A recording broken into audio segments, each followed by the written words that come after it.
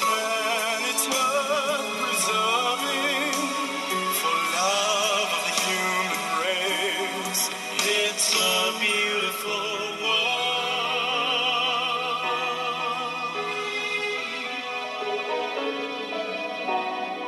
Beautiful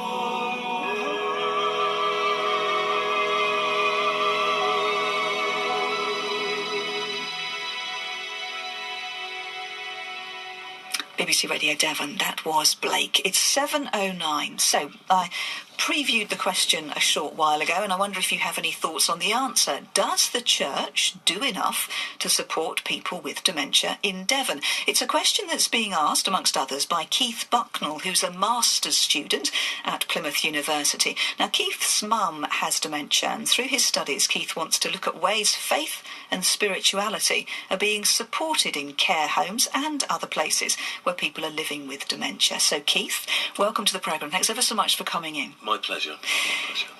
Is it possible to come up with a simple answer to this question? Does the church, and also, I suppose, wider society, are people doing enough? It's a huge question. It's one that's going to take a long, long while to answer. I think when faced with a dementia, carers, family, communities struggle to come to terms with it.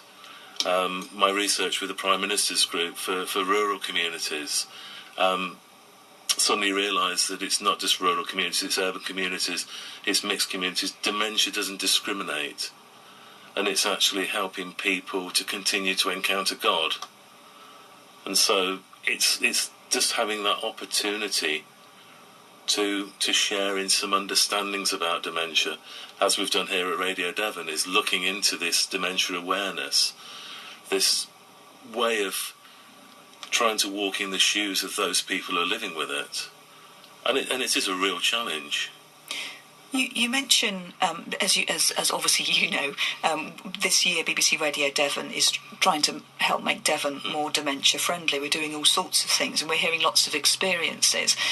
And this aspect specifically of within, in terms of faith, and if, for example, it's a care home, well, in terms of your research, have you found whether there's evidence of whether care homes are enabling people to access their faith or not? Is it a difficult area? Is it something that needs a bit more work?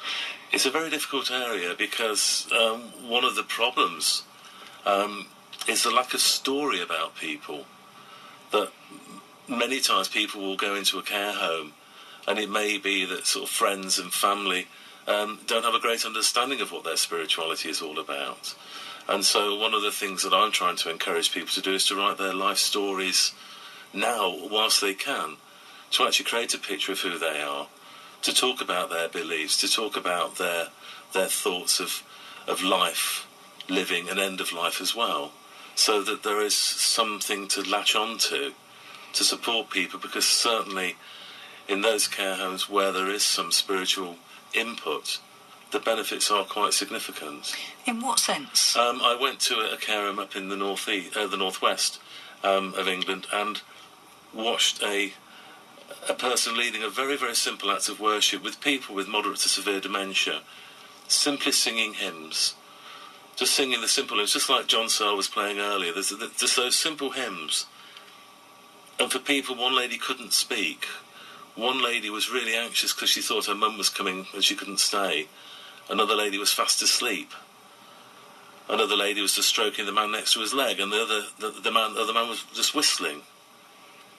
When the music started, the lady who couldn't speak started to clap in perfect time. The lady who was anxious started to sing along.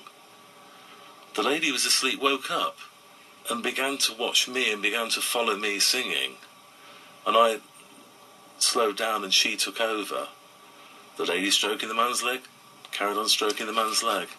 And the man who whistled. And that was an epiphany to me. The fact that we can just think that because somebody is living with a dementia, that's it. They're not a person anymore. And yet these people were wonderful. They prayed, they sang, and they worshipped God. And I think that was probably one of, next to John Searle's act of worship this morning, was one of the best services I've ever been to. This is something you have very personal experience of, as you're somebody who was a carer, as I understand it. Your mum is now in a care home. So in terms of was that personal experience something which made you want to look at this particular issue?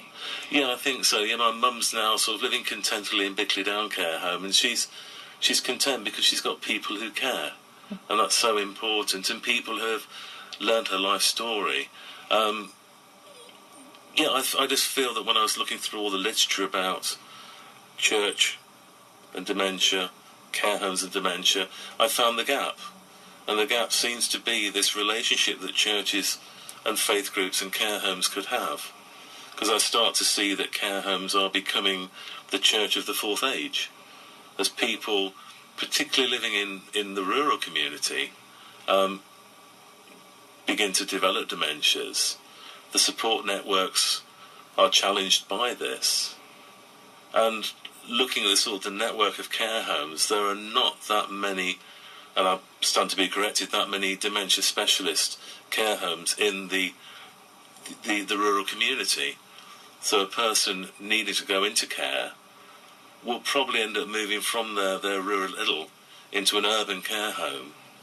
Most of their friends may well be of a similar generation, and suddenly they're moving away from all that they know into somewhere very different.